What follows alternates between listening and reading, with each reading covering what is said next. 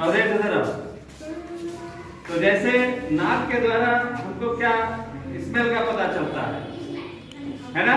Yes sir. जैसे सुगंध हो रही है। फिर आता है दुर्गंध। जैसे कोई शाम को कुछ गंदा खाया था, गंदा क्या मतलब ज्यादा खा लिया था यहाँ तक, और सुबह पेट नहीं साफ हुआ तो दिन में क्या करता है वो विस्फोट करता रहता है ना, जिसको कहते हैं फाट मारना।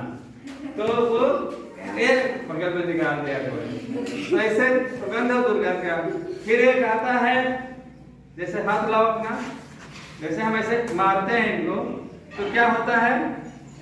चोट लगता है। चोट तो लगता ही है। तो कैसे महसूस होता है कि चोट लग रहा है? इनकी त्वचा है पूरी यहाँ पे, है ना? Yes sir. ये पूरी त्वचा है। ये त्वचा ही तो पूरा शरीर ढका हुआ है त्वचा से। Yes sir. तो यहाँ जब हम मारते हैं तो इससे हमारे मस्तिष्क को पता चलता है कि दर्द हो रहा है।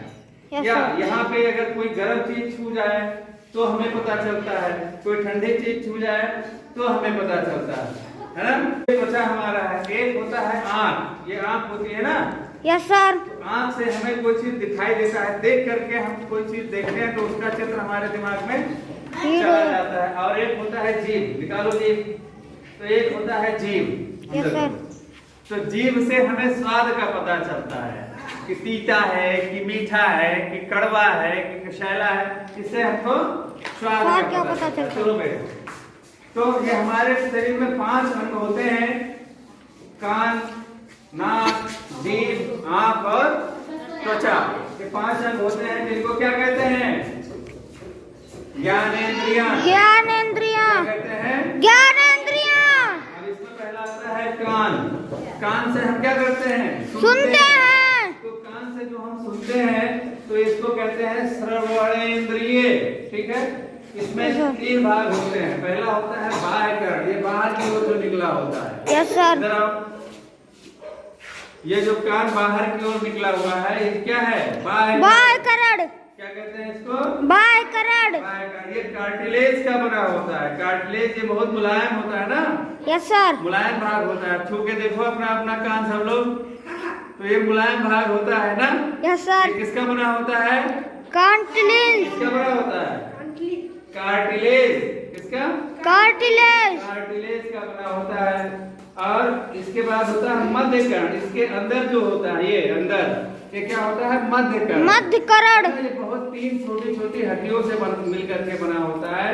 ये होता है मध्य कर्ण। और इसके अंदर एक झिल्ली होती है जिसको कहते हैं आंतरिक कर्ण। चलो, तो यह अर्धपारदर्शक या मध्य कर्ण होता है। बीच में छोटी छोटी हड्डियां होती हैं। और एक होता है अर्धपारदर्शक झिल्ली का बना होता है जो आंतरिक झिल्ली होती है। अब कान के कार्य क्या होते हैं? जो बाह्य कर्ण और मध्य, ये जो बाह्य कर्ण है और ये जो मध्य कर्ण है, ये क्या करता है? सुनने का काम करता है। ये क्या करता है? सुनने का काम करता है।